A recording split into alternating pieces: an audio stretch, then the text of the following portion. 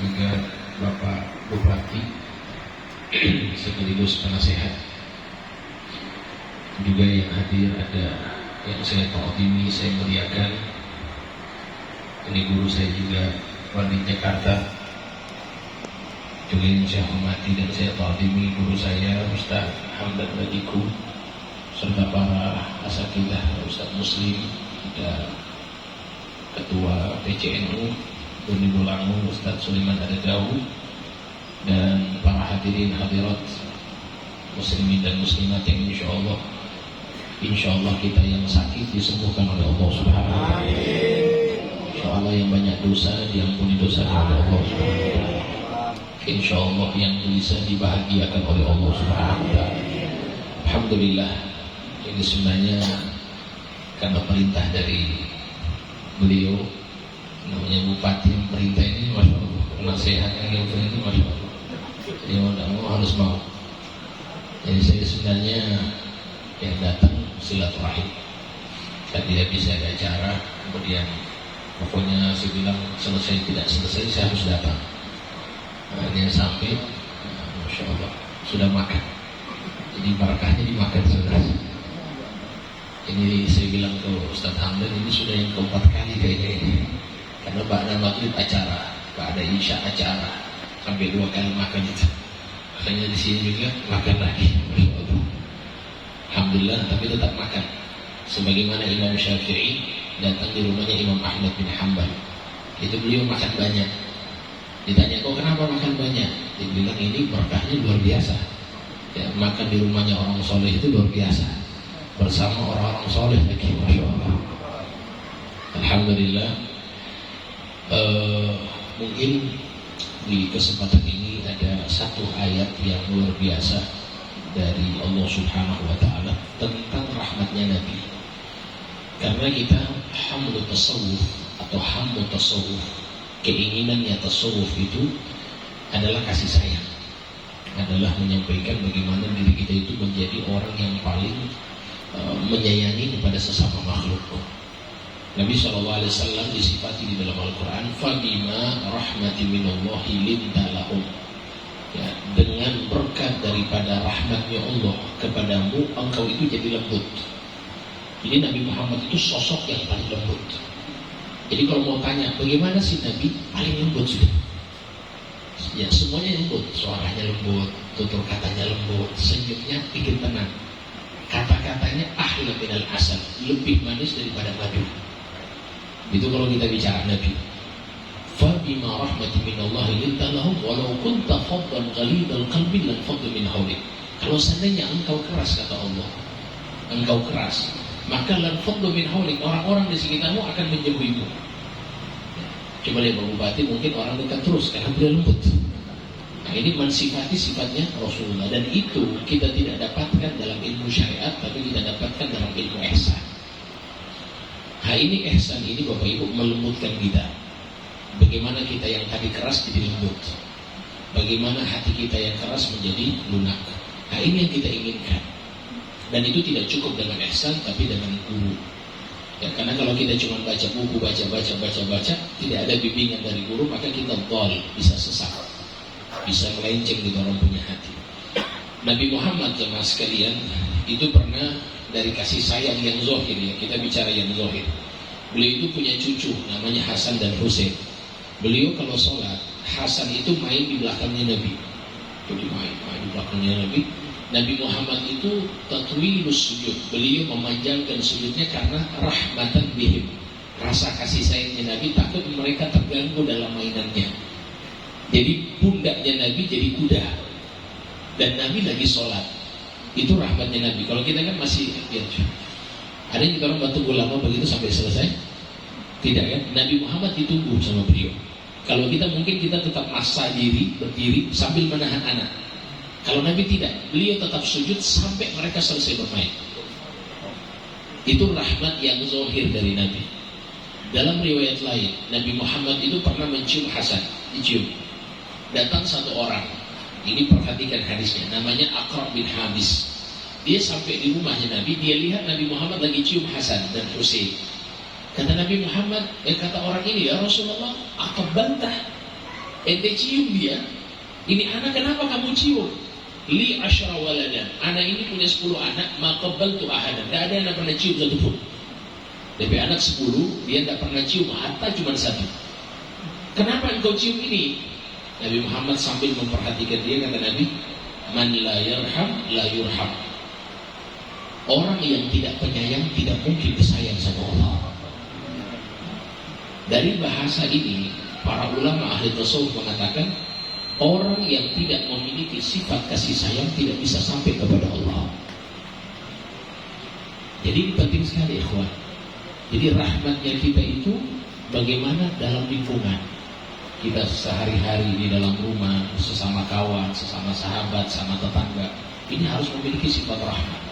Sebagaimana Rasulullah SAW, ada satu ulama dari Hadramaut, saking dia tinggal, waktu itu dia tinggal di Jakarta, sudah kurang lebih 5 tahun.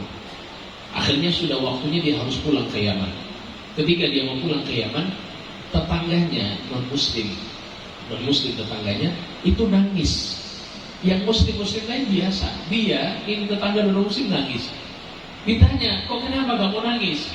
Dia bilang, demi Allah, ini orang dari tetangganya ini non-muslim mengatakan, saya selama menjadi tetangganya, dia tidak pernah memperhatikan rumah saya dan keluarga saya. Tidak pernah beliau begini. Cuma selamat. Jadi dia cuma melihat kalau saya lewat dia hanya senyum. Kalaupun ada saya dia hanya lihat kemudian dia senyum, assalamualaikum. Ya, atau mungkin dia sapa. Tapi tidak pernah dia itu memperhatikan begitu.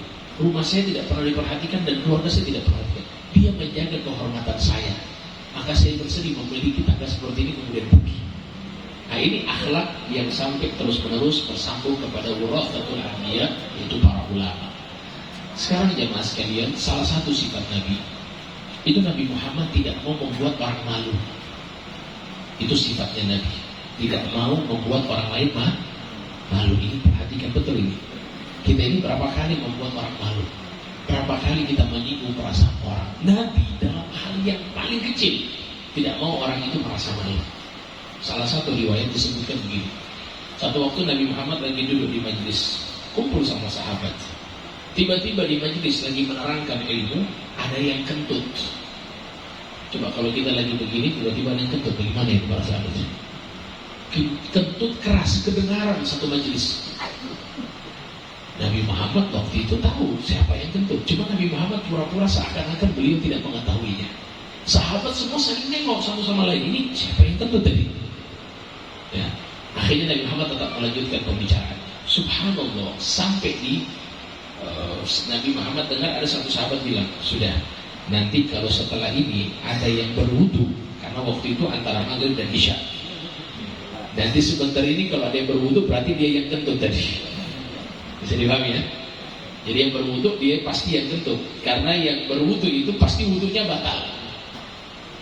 Akhirnya Nabi Muhammad tahu, tetap melanjutkan kajiannya. Setelah selesai, Nabi Muhammad sudah mau dekat isya. Nabi Muhammad memerintahkan Sayyidina Ali tolong ambilkan daging di rumah, di kamarnya Nabi. Daging unta, beberapa panggal, potong. Akhirnya dibagikan satu persatu kepada para sahabat. Daging unta. Semua sahabat makan. Setelah makan, minum air, selesai.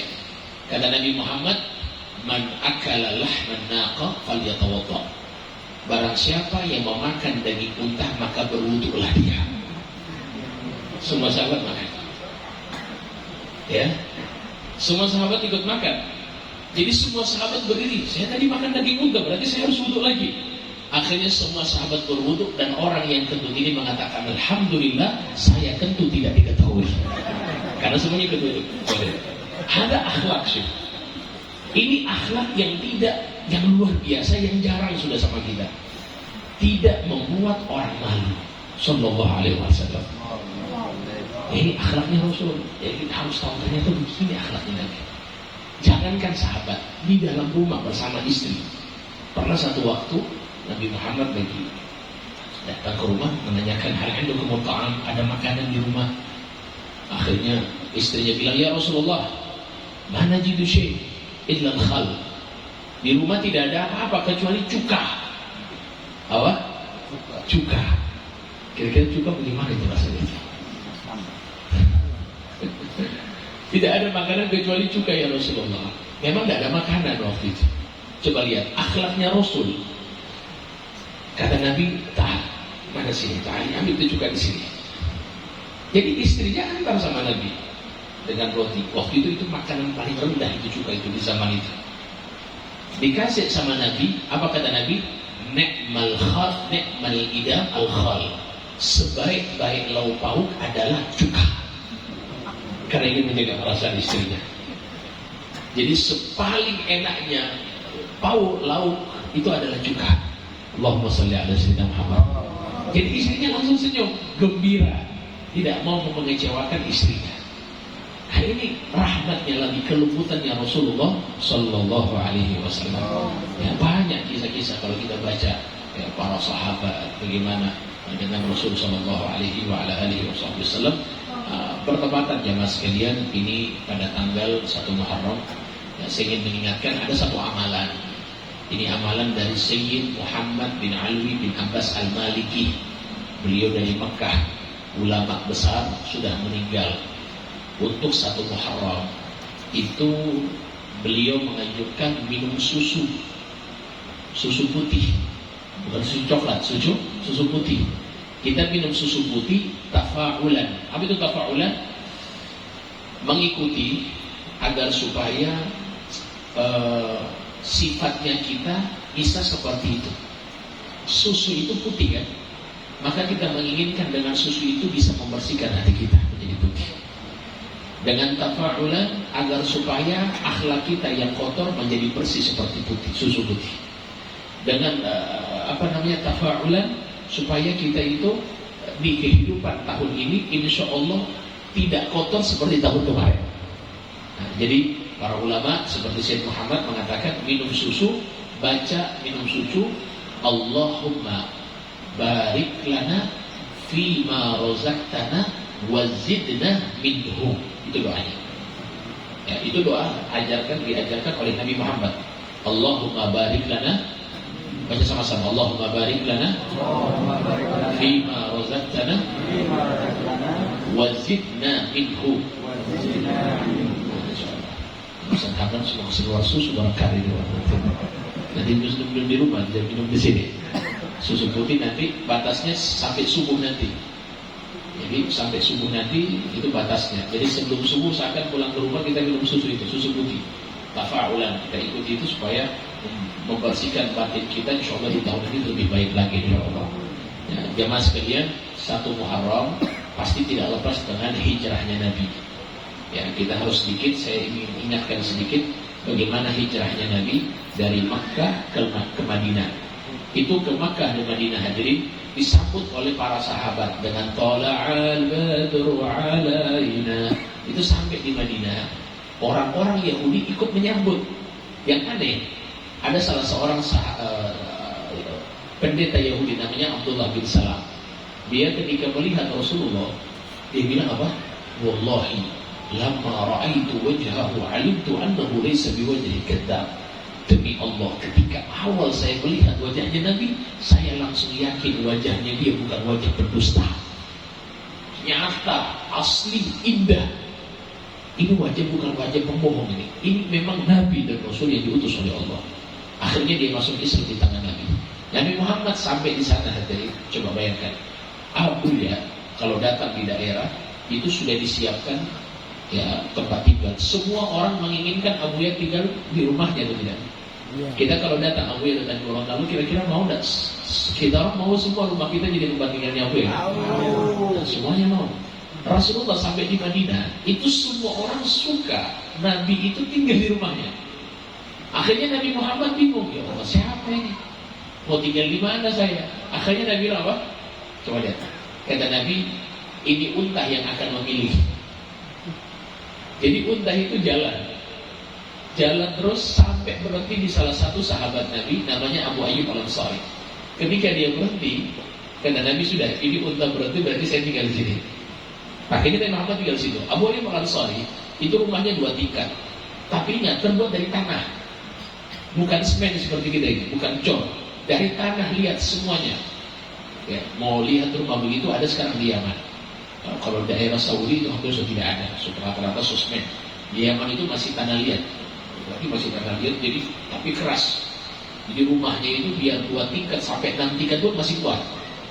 Itu yang anehnya itu, subhanallah. Ada di daerah Shibam itu sampai 6 tingkat rumahnya, satu keluarga. Jadi kalau misalnya dia punya anak, dia bikin tingkat yang kedua. Dia punya anak cucu, dia kasih tingkat ketiga. Sampai tingkat keempat, yang DP oma itu dikasih lepas di atas. Dia taruh di atas, karena sudah boleh turun naik kelas, kasih biar sampai mati di situ. Orang tinggal di bawah yang masih muda. Ada begitu, ya, satu keluarga. Nah intinya, Nabi Muhammad itu tinggal di rumah Abu Ayyub 2 tingkat. Akhirnya Nabi bilang begini, ya Ayyub, Abu Ayyub, ente tinggal di atas, saya di bawah. Dia bilang, ya Rasulullah tidak, engkau di atas, saya di bawah. Abu Ayyub Al-Ansari khawatir kakinya dia itu berada di kepala Nabi Muhammad SAW. Kan di tingkat atas. Otomatis kalau Abu Ayyub Al-Ansari jalan-jalan, Nabi Muhammad di bawah. Berarti kakinya Abu Ayyub itu di atas kepalanya Rasul SAW. Akhlaknya Abu Ayyub tidak mau. Dipaksa sama Nabi, tidak, kamu harus di atas karena saya itu harus menerima tamu. Kalau tamu datang, tidak mungkin mau lewat kamu dulu baru ke atas ke tempat saya. Jadi mengganggu keluargamu, biarkan saya di bawah. Nanti kamu dengan keluargamu di atas. Coba lihat akhlaknya. Akhirnya Rasulullah SAW mengatakan, Abu Ayyub, pakai ya Rasulullah sam'an wa ta'atan, tidak mau baku bantah, karena ini guru terbesar dari Abu Ayyub Al-Ansari. Akhirnya selama di atas, Bapak Ibu tahu, itu Abu Ayyub Al-Ansari jalan itu pakai lutut, merangkak setiap hari. Tidak mau jalan pakai telapak kaki, khawatir kakinya itu berada di bawah daripada di atas kepalanya Rasul SAW. Sepanjang jalan begitu terus dia. Dan khawatir debu yang nanti di atas kepalanya Nabi itu bisa jatuh-jatuh, kan tanah kasihan, tanah liat, jadi bisa jatuh-jatuh. Ada mungkin kalau Pak injak jadi jatuh debu, itu yang dia tidak mau Abu Ayyub, sehingga selama di atas beliau tidak pernah berjalan dengan kakinya. Nah, insya Allah mudah-mudahan sedikit ini ya, kita bisa amalkan. Ya, intinya insya Allah kita harus punya sifat rasa kasih sayang, lembut kepada orang, jangan membuat orang malu. Ya, diusahakan jaga perasaan dia. Itu yang paling afdal amal, kata Nabi, afdalul amal. Paling afdalnya amal idkhalus sururi ala qalbil mu'min, memberikan kegembiraan di hati orang beriman. Jangan disakiti, ya, jangan buat dia tersinggung. Bahagianya orang. Jadi paling afdalnya amal itu apa? Nyenangin hati orang. Selesai. Nah ini seperti dilakukan sekarang. Coba lihat. Abu ya pernah enggak menyakiti orang? Nah, mustahil. Dia tidak menyakiti orang. Beliau tidak menyakiti orang. Pokoknya orang disambut dengan senyuman, disapa, ngobrol. Akhlak. Tidak pernah menyinggung sudah. Dia ada akhlak yang dibawa warisan daripada Rasulullah SAW. Insyaallah mudah-mudahan sedikit ini bermanfaat. Mohon maaf saya sudah sul adab kepada Ustaz Hamdan dari Jakarta, Pak Prof. Masya Allah. Prof ini sebenarnya bisa ceramah sebenarnya boleh, cuma tawadhu saja malam ini. Coba besok-besok insya Allah beliau siap kasih tausiah, kasih pengarahan kepada kita. Terima kasih. Wassalamualaikum warahmatullahi wabarakatuh.